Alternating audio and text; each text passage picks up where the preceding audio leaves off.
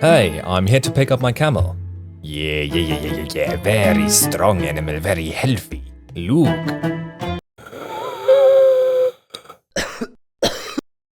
Do you like it? Dude, it just died.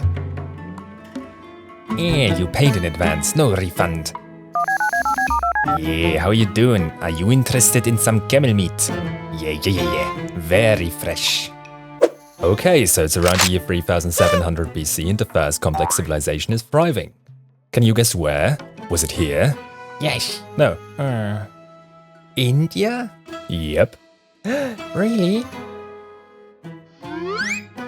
No. Eh. No, not Greece either, you stupid. Also not South America, North America, China, Australia, or anywhere here.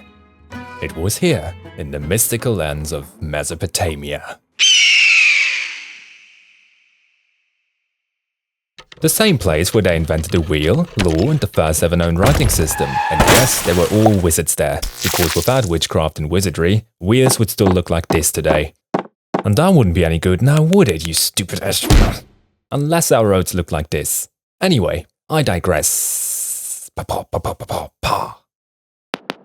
In this magical land, there was only sand. Sorry. In this magical land was basically only sand, but close to the rivers Euphrates and Tigris, the land was fertile and the rivers themselves allowed for plentiful trade.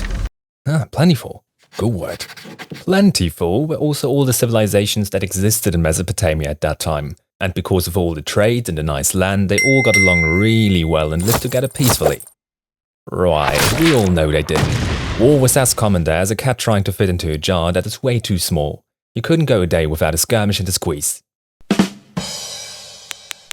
Thank you. For all the wars, one rather small kingdom under the lead of King Hammurabi should gain control over almost all of Mesopotamia, and that kingdom was Babylon. The Babylonians are nowadays famous for their capital, Babylon, this giant brick here, and for the invention of math. Nice. Thanks for nothing. These were crazy times back then. It's good that we learned from our mistakes, and war and cruelty are a thing of the long gone past. So, now you know the setting for our little story. In the time of King Hammurabi, there lived a man that, and hear me out on that, invented bad customer service. And I have proof for it. Because these people back then wrote everything down on clay tablets, I mean everything, we now know of the story of Ea Nasir. He was a merchant, which is in itself quite a cool job title. So, what do you do for a living? Oh, I'm a merchant. Oh, and what do you trade in? Expensive fabrics, spices, precious metals? Slaves. Anyway, Ea Nasir was a merchant that traded in copper, and he was so bad at his job that he went down in history as the first crappy businessman. Basically, his copper was often of poor quality, and in some cases his customers didn't even receive what they paid for. And we know this because there are actually several letters of complaint from his customers that have survived almost 4 millennia just so that we can make fun of it today. What a time to be alive. There's a special one in particular that shows how annoyed and angry one of his customers was with him. So here's a section from what is considered the oldest known written complaint. When you came to me, you said to me as follows. I will give you fine quality copper ingots. Then you left, but you did not what you promised me. You put ingots which were not good before my messenger and said, if you want to take them, take them. If you don't want to take them, go away. Who do you take me for that you treat someone like me with such contempt? I've sent as messengers gentlemen like ourselves to collect a bag with my money, but you have treated me with contempt by sending them back to me empty-handed several times.